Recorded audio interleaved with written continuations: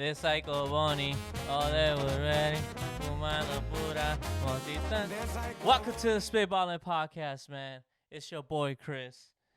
Back and better than ever, man. I was gone and out, and at first it was my priorities getting in the way, and me not setting the podcast as a top priority, and then it became just excuse after excuse to not do it, and this and that. And then finally, I was just like, fuck it, I'm going to start doing it again. You know, sometimes it could be your own ego that gets in the way, of not, keep doing stuff. But I said, fuck it. It is what it is. There's a lot of things to talk about lately, man.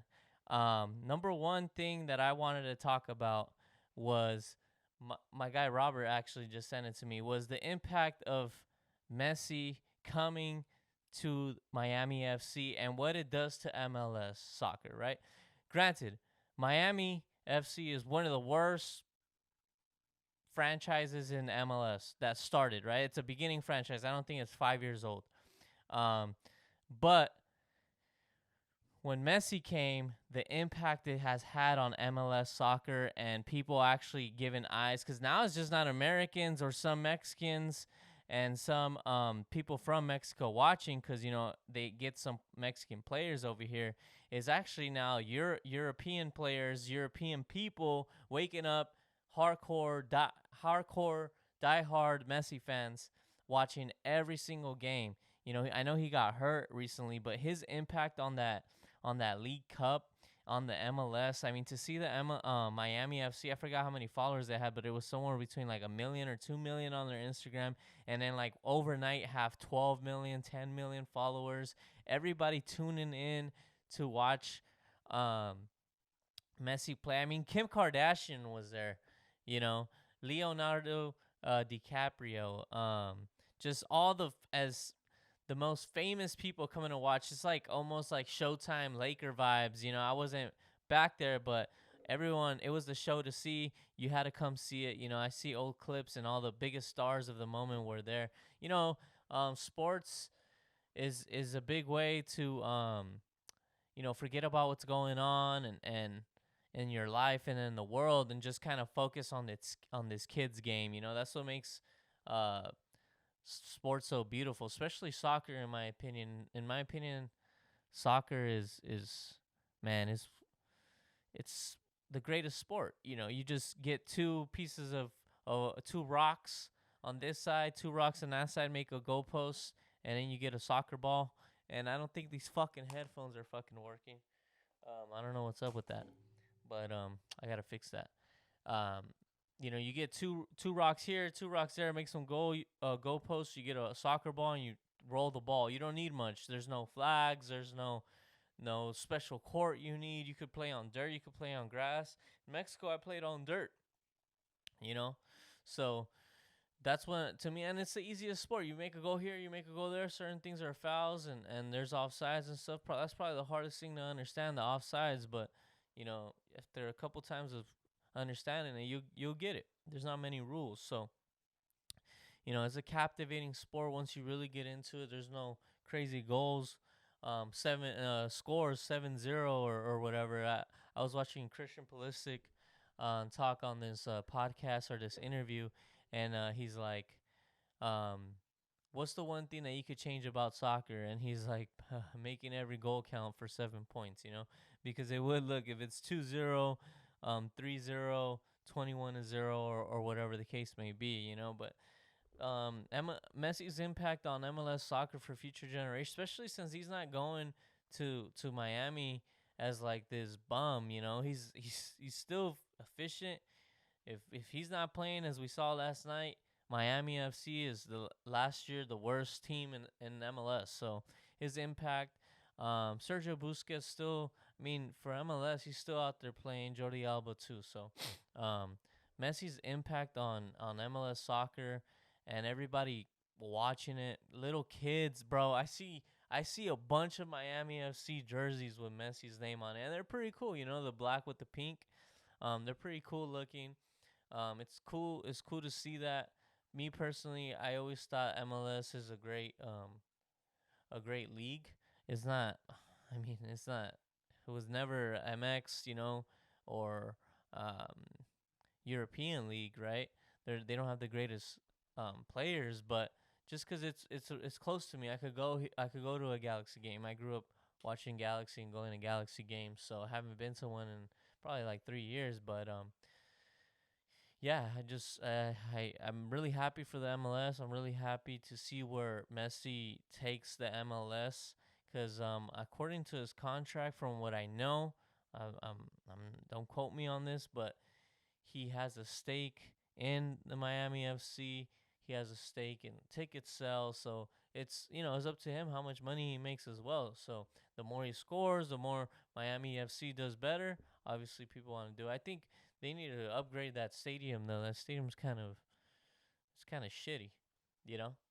But I mean, they barely got a team there. It's not that old, and to have the worst records in the MLS and to this, it's kind of like, well, give us some time, and it's crazy. I see Messi's stuff that he's recruiting these players and Suarez and all these players is just like, damn, damn, man, take it easy, man, take it easy on everybody else. I would be curious to see Cristiano Ronaldo, when he's done over there. I'm not even sure how long his contract is over there in the Arab countries, but forgot what team he plays for or whatever. I just know he's making 500 million, and is Narzi or something like that.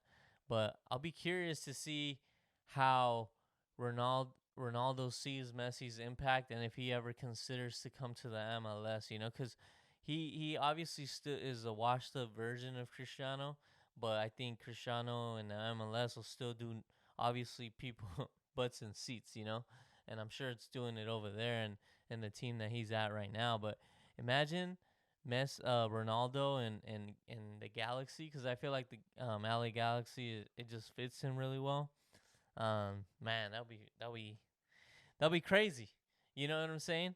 But yeah, Messi's impact is for generations. I think it's just gonna make the sport of soccer even more impactful here in the U.S. Especially with the U.S. soccer team playing as well as they have been, and recruiting how well they've been recruiting and getting ready for 2026. And if you're a soccer fan and you're not saving up for 2026, man, I don't are you a soccer fan? You need to start questioning yourself a little bit. Cause I know I'm gonna save. I'm taking out a loan on that shit. I don't give a fuck what I gotta do. I'm gonna sell my truck. I'm gonna sell some booty. I don't give a fuck. I'm gonna be at a U.S. game, at least one here. If I make it to 32 years old, 23, 33 years old. God damn, man, I'm fucking old. 33 years old in 2026. My son will be 11 years old. Fuck. And I'll be done paying that damn truck that takes my money every month. So probably sell that hoe too for some tickets. I don't give a fuck. I'm gonna be at the World Cup in 2026, and yeah, to see how Messi's doing, bringing up the MLS, putting more eyeballs on it, and then the U.S. soccer team. I mean, man, they got a lineup. All my Mexico fans that been quiet on the DM lately, when y'all lose to these sorry ass teams or y'all tie and you're supposed to beat them back when we were doing that, now you guys are real quiet, right? And I think Mexico's problem is that they're just not recruiting really well. They think that our symbol speaks for itself, which I think it does. Mexican soccer is one of the greatest soccer fandoms in the world, and one of the greatest symbols for soccer. I agree. Yeah, but I think you still gotta, it's obvious it's showing that you gotta put the work in and recruit as well. And the U.S. has done that for years, and it's showing the last 2-3 years. That's why we keep beating the brakes off of you guys, because you guys are still bringing in Cuauhtemoc Blanco. I saw Jorge Campos on the lineup the other night, and you guys are just trying to still play by the old guys, and it was a great run. To me, Mexico's greatest soccer was from 2000 to like 2010. Those were the 10 years of just like obviously running the CONCACAF and then beating these great teams, and then You got Massa Rodriguez, Carlos Salcido, El Chicharito. Um, who else? Fucking Osvaldo. I mean, Osvaldo Sanchez never played in no big leagues, but he's one of the greatest goalies of all time. You got Ochoa. Ochoa might be I mean, I'm an Osvaldo Sanchez guy, but I think Ochoa might be the greatest goalie of all time in Mexican history. So, you had Chicharito going over there playing with Real Madrid, playing with Manchester United, and making an impact on those teams. He wasn't just some slouch. And damn, I haven't used it this much that these shits got a bunch of hair and dust, man. God damn. I miss fucking just talking right here and pretending 4 people are actually paying attention to my shit. And then you had Andres Guardado, HH, go and make impact on these European teams, and that's what Mexico soccer is missing. Mexican soccer is missing, getting these young guys and selling them over to Europe. Because at the end of the day, yeah, Mexican soccer is pure and it's beautiful, but the real where competitive soccer is being played is in Europe and in all those leagues. And I don't care if it's a bottom league. Like I think the French league isn't the greatest league, but if you're playing over there, you're chipping away at trying to make your skills better, and when you come and play CONCACAF and you come and try to qualify for the World Cup, it shows, that you're just levels above this side of the world's soccer, and I think that's what's happening with the U.S. A lot of their players are over there. I don't think there's one player that plays in MLS. I think Zimmerman plays in MLS. Yeah, I'm pretty sure he plays for Nashville, but point is that most of their players are coming from over there, are going over there, and they're recruiting players that have 2 nationalities. They're recruiting them to come over here, and that's just within the laws of the rule book. So if you could do that, then do it. But I think that to put a bow on it, Messi is gonna impact younger generations from the U.S. to look at soccer, not just football and baseball. Nothing wrong with those sports. Love those sports, but not just football and baseball. And I love what is going on. Hopefully, one day my son could watch a Messi game or something like that with me, and that hopefully inspires him like he has inspired a lot of people. And I think it's beautiful. And football is back. Football is back. My 49ers are on a run. I don't think that. I think we're a level above everybody. Not levels, but a level. I think the Eagles have regressed. Watched 2 of their games. I don't think the Cowboys are I think if the 49ers are level A, the Cowboys are C. They got all defense, no offense. They have no one to throw it to really. Dak Prescott, you can't count on him when the big moments, as he showed in the Cardinals game. They were still in that game. They were in the game this whole second half, and they can't run the ball. They thought getting rid of Zeke was gonna be good, but it's showing that he can't do it the whole time. They had a good 1-2 punch last year. I think last year was one of their better teams, but the 49ers they're back. They're more focused. And like I told my buddy Ricky, shout out to my guy Ricky. What was I going to say? Shout out to my guy Ricky. They're fucking smashing these. That's what I was going to say. They're smashing the teams that they're supposed to smash. They haven't really played anybody either. These are like tune-up games for the 49ers are Super Bowl caliber teams. So these teams that they're beating, they should be beating. I think Christian McCaffrey, we go as he goes. Whatever Anthony Davis is, I think in a smaller version, McCaffrey is for us. Because I still think with Kyle Shanahan, I mean, no disrespect to McCaffrey, he's obviously the best of that position that we could put back there. But if we put someone of a lower tier, we might need Brock to throw it a little bit more. We might rely on his arm a little bit more, but I still think we're a 11-12 win team. But with McCaffrey, we're Super Bowl caliber, so that's a huge difference. But my point is that we go as McCaffrey goes, and he's he's one of the greatest running backs ever. This guy could do it all. He catches the ball, he runs through people in the middle, he goes on the outside. And another thing too, I think the 49ers O-line gets love, but I'm just going to give them a little bit of love here. They do a great job of running the rush protection, pass protection, and just getting up in front of everybody and giving that hole for McCaffrey, and then McCaffrey does the rest. Obviously, I think in every game he's had like a burst of 20 yards or something like that I've watched. I know definitely he did it with the Rams. It's just crazy to see that guy, run through people, And he's white. You're not used to seeing that shit. I'm gonna say it. I'm gonna say that shit. I don't give a fuck. And so yeah, that was another thing I wanted to touch on. Cowboy Nation, I'm sorry, this ain't your year. The Eagles are gonna win that division easily. I can't believe you guys lost to the Cardinals. The Cardinals fucking stink. They suck. They ran the ball right down your throat. I think they had 180 yards in the first half, something crazy like that. And you guys aren't gonna win the Super Bowl. I'll be surprised if you win a playoff game. But it's a long season. We're 3 games into the season, and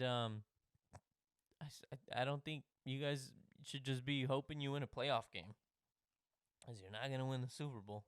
And that's a fact. You got the Eagles and the 49ers to be in, and you guys got to get real good real fast. And what sucks, I mean, it could be a coaching thing. I mean, I think Purdy's playing better than Dak. I don't think he's throwing an interception. And, Dak in the biggest moments, he'll throw interceptions. You know what I'm saying? And last 2 weeks, I forgot how long ago, 2-3 weeks, 1 week ago, I forgot, Grasso fights Shevchenko. I thought that fight was a dog fight the whole way through. I thought it was a split decision. I thought that last round is what decided it. And to me, that last round, I felt like Shevchenko won it. But I wasn't mad if people thought Grasso won, because I really thought that last round was going to be where it all came down. And come to find out that it did come down to the last round, but not as much as I thought, because if obviously it wasn't a 10-8. Dana White has come out and said that ref, Michael Bell or whatever his name is never going to ref again in the UFC. And they even had a seminar, I guess, according to Ariel Helwani, to go over 10-8s.